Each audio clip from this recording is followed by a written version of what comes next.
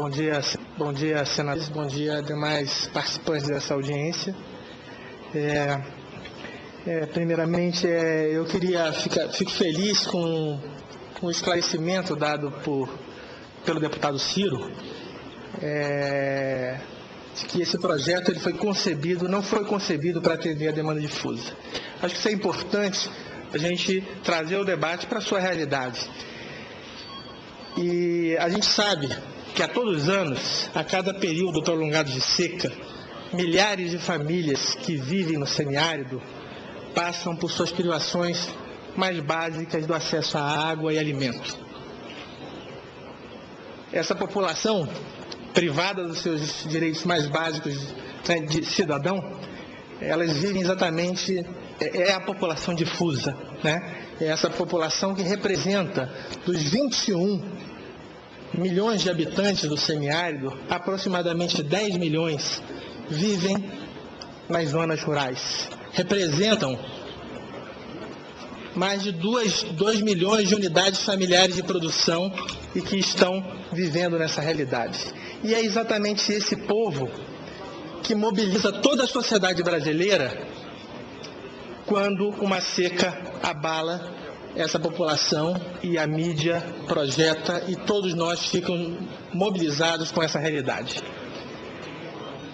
E eu acho que o desafio que está posto aí, que é reincidente na nossa história, é que o problema, a natureza, o problema que assola essa realidade, ele não é de natureza nem ambiental e nem da população que aí vive. Ele é, sobretudo, de natureza política. Ele é a expressão do atual e do histórico modelo de desenvolvimento que foi implementado em toda a região semiárida. O modelo de desenvolvimento que gerou, e todos vocês sabem, uma concentração brutal do acesso à terra e, associado a ela, uma concentração brutal do acesso à água. Ok? Esse mesmo movimento e esse mesmo modelo também promoveu um processo de degradação dos recursos naturais também da mesma magnitude. Hoje, 180 mil quilômetros quadrados do semiárido já se encontram em estágio grave de desertificação. Isso produto desse padrão de desenvolvimento degradador do ambiente e que vem gerando processos de exclusão social sem precedentes.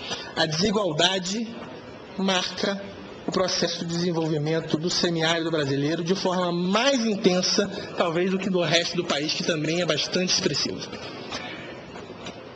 E o semiárido, eu queria dizer que nós vivemos, a sociedade vive uma crise de percepção da realidade, a forma com que a sociedade, olha a realidade, que aprendeu a enxergar a realidade do desenvolvimento pelas suas limitações e não pelas suas potencialidades, pela capacidade que cada ambiente, a natureza, o seu povo, a sua economia podem fazer como formas endógenas de promover crescimento e desenvolvimento criativo. E foi esse padrão de desenvolvimento que foi convencionalmente chamado de modelo de combate à seca. E não se combate a seca como também não se combate na Sibéria o gelo. Se convive com essas regiões. É preciso pensar estratégias capazes de valorizar as potencialidades que esse meio tem. E tem muito. Foi dito aqui pelo próprio Gedel que chove. E chove razoavelmente bem se comparado com outros semiáridos.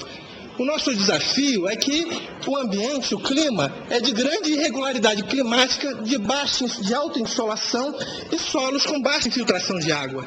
Então, apesar de chover até de forma razoável, grande parte da água é perdida, correto? Nosso desafio é pensar estratégias que valorizem as capacidades que esse ambiente tem. E a gente sabe que há soluções, e são soluções que não são novas, na verdade, mas que não são priorizadas nas políticas de desenvolvimento. O semiárido brasileiro, ele tem um bioma, que é a caatinga, que desenvolveu uma enorme capacidade de se ajustar a essa realidade. Muitos daqui que são sertanejos vêm discutindo muito como as potencialidades desse semiárido da Caatinga, com uma vegetação que tem um potencial forrageiro imenso, um potencial produtivo imenso e uma enorme capacidade de produzir riquezas. Pensar num processo de desenvolvimento para a população difusa significa necessariamente pensar em soluções descentralizadas, do local, que seja capaz de atingir a cada cidadão, a cada família que está disperso por esse enorme território. E para isso é preciso pensar uma outra perspectiva de desenvolvimento semiárido. As ofertas concentradas de água nunca vão atender às demandas difusas. As ofertas concentradas como um canal linear, que é o canal da transposição do São Francisco, só vai atender demandas concentradas, que são as cidades que a gente entende que precisam ser pensadas.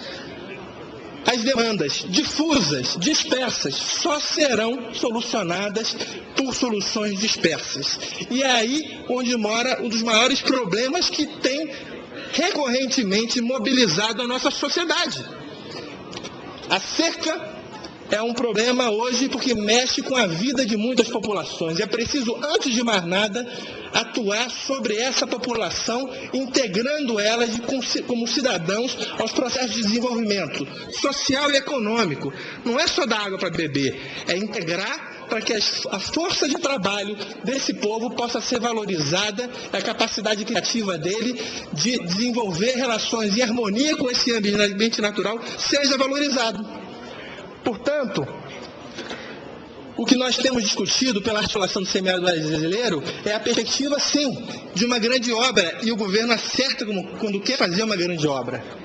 Mas é uma grande obra composta de milhares de pequenas obras, desconcentradas, descentralizadas, que permitam que toda família do semiárido tenha condições de se integrar aos processos de desenvolvimento desse país.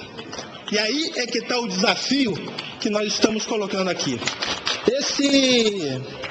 Essa perspectiva de desenvolvimento que a gente vem discutindo, ela já tem uma série de experiências desenvolvidas, seja por alguns municípios, alguns estados, pelo próprio governo, que tem apoiado em parte, quer dizer, já um programa de cisternas, e pela própria sociedade, que vem se mobilizando como articulação do semiárido brasileiro.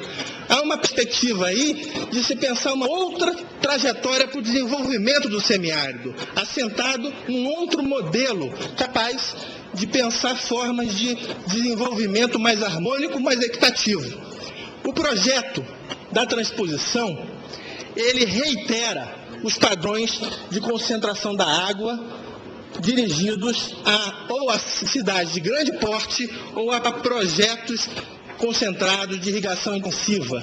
As experiências hoje dos polos irrigados, as que estão dando certo, porque uma parte importante, o próprio Banco Mundial fez um estudo e disse, não vale a pena fazer novos projetos de irrigação, porque tem muitos para arrumar ainda.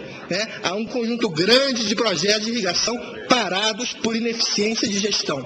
Então, o desafio é um processo de desenvolvimento econômico que permita integrar o conjunto da população brasileira. E hoje, eu não estou nem advogando muita coisa, que basta ir na beira do São Francisco, perto dos perímetros irrigados, que a gente vai ver, convivendo lado a lado, um desenvolvimento econômico até expressivo, mas onde a riqueza não está sendo efetivamente distribuída, gerando concentração de renda e mantendo a grande parte da população do semiárido excluída, reproduzindo todas as relações políticas que reproduzem o jogo da busca de água para o São Francisco. Muito obrigado.